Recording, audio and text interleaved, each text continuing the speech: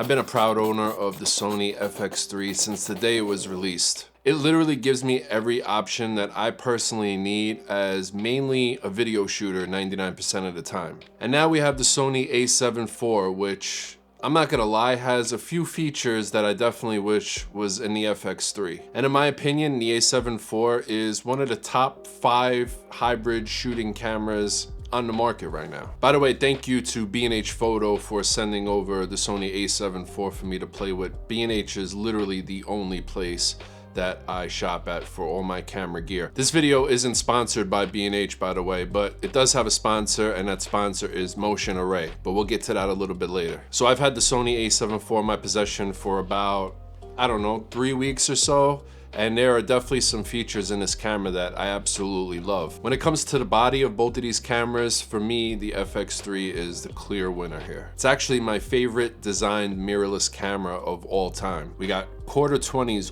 all over the place. It's noticeably smaller than the Sony A7IV and most of Sony's latest full frame camera releases. And a lot of that size difference has to do with the FX3 not having an EVF, which I personally don't have a problem with.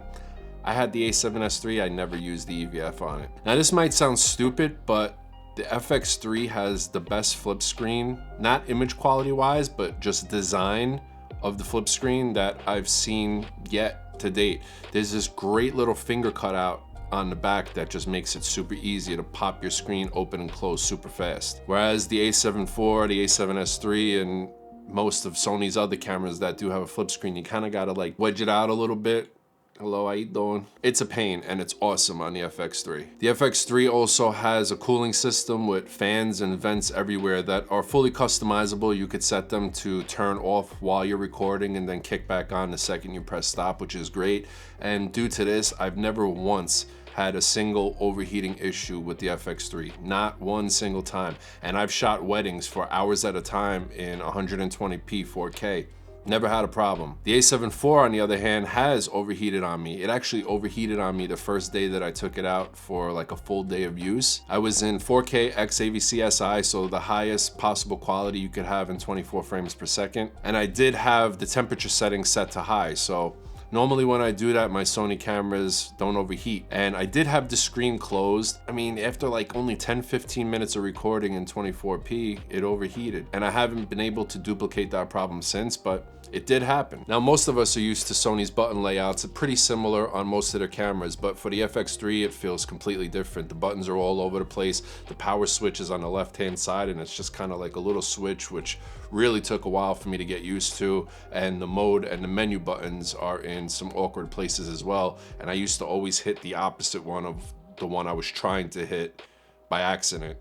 But now I got it all figured out, I'm used to it, and it's fine. The A7IV has this blank dial where the EV compensation dial usually is, and now it doesn't have any numbers or anything on it, so you could pretty much customize it to whatever you want it to do, which is pretty great. The A7IV has this little photo video switch where whichever one you go to, it'll completely separate that in the menu system. So if you switch to video mode, all the settings in your menu are gonna be just for video, which is pretty damn sweet. Now, one of my favorite things about the Sony FX3 is this XLR handle input that it came with.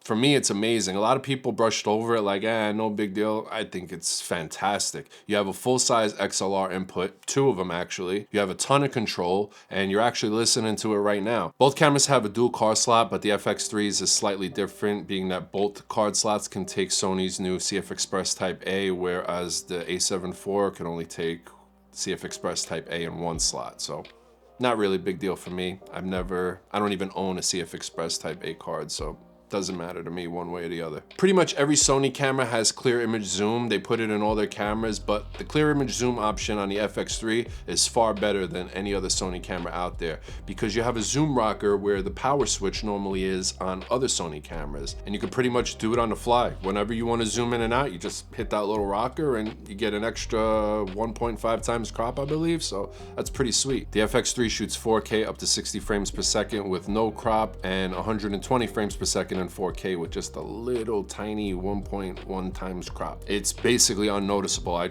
always forget it's even there because really, you can't even tell. And the A7IV shoots 4K up to 60 frames per second, and 60 frames per second does have a crop, and it's It's a little bit more than the 120 frames per second on the FX3. It's pretty noticeable, but not a big deal either way. Now, when it comes to the actual image quality, the FX3, the A7S3, we all know the image quality looks amazing. It looks great. But the A7IV is slightly clearer and slightly sharper. Slightly sharper. And that's because the FX3 shoots true 4K due to its lower megapixel count, whereas the A7IV shoots 7K oversampled to 4K. So it does look a little bit cleaner. I gotta give it to it. What just went out here? Oh, one of my lights went out. Now I got one left light. Now I gotta turn them both off.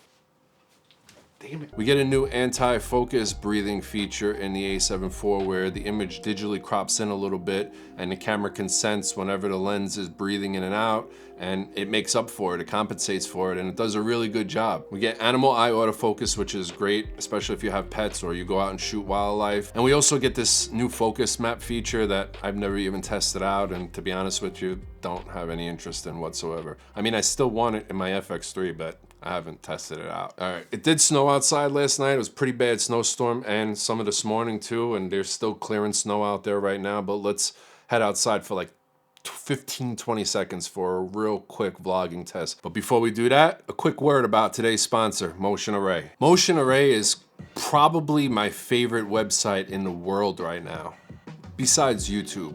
I like to refer to it as content creator heaven.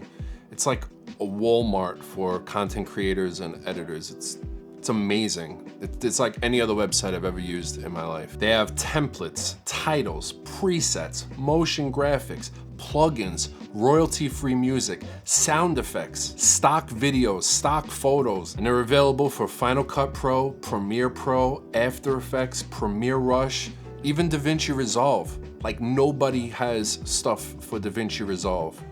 Motion Array does. You could choose your resolution, you could choose your orientation. So if you're a TikTok or an Instagram shooter and you like to do some vertical video, they have tons of stuff for that too. You need titles?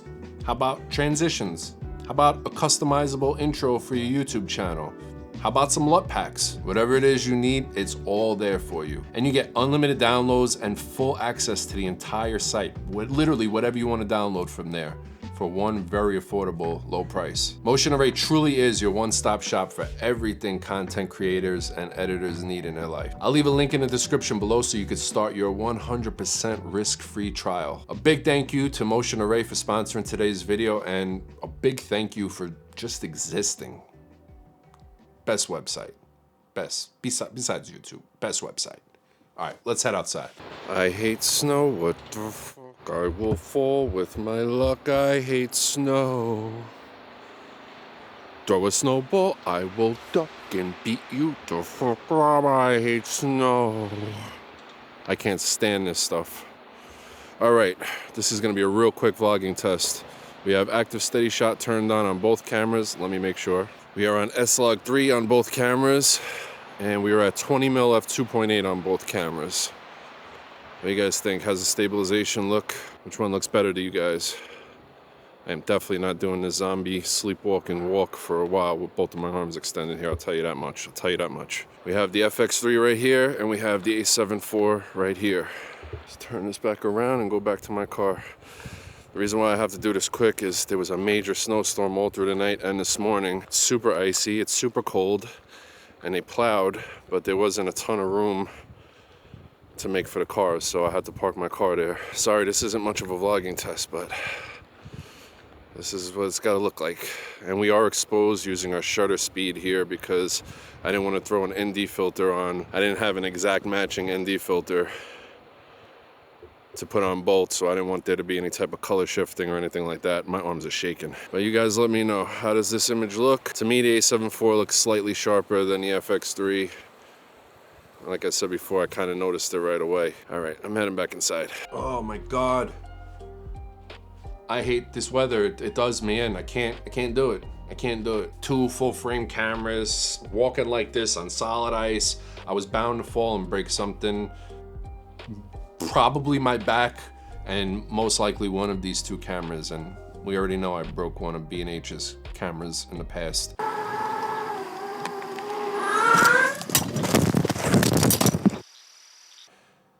Thank you. thank you for letting me slide on that, B&H. I appreciate it. So both cameras are great. For me, I'm gonna still stick with my FX3. It's still my favorite camera on the planet right now. The A7IV is great. I might decide to pick it up as a B camera and for when I actually do want to shoot stills, even though the 12 megapixel stills coming out of the FX3 are perfectly fine for uploading to social media. Do I have one on right now? Oh, I do. I sure do. Tees and Lutz link down below, still 50% off if you want to help support the channel that way, plus they're great material. And we also have the Patreon down below if you want to help support the channel. Thank you in advance, and thank you to all my current Patreons. You guys already know I love you. I'll see you guys next time. Yeah!